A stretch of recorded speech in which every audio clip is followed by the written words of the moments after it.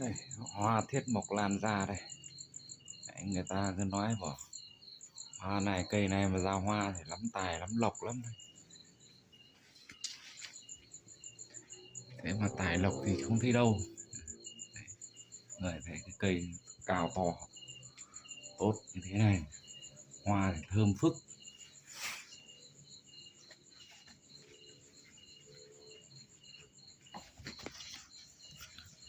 Này, chỗ nào cũng có ớt này.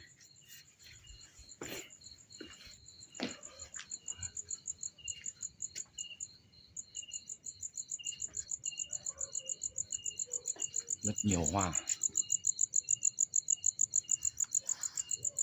Để nước mưa này, đèn năng lượng mặt trời.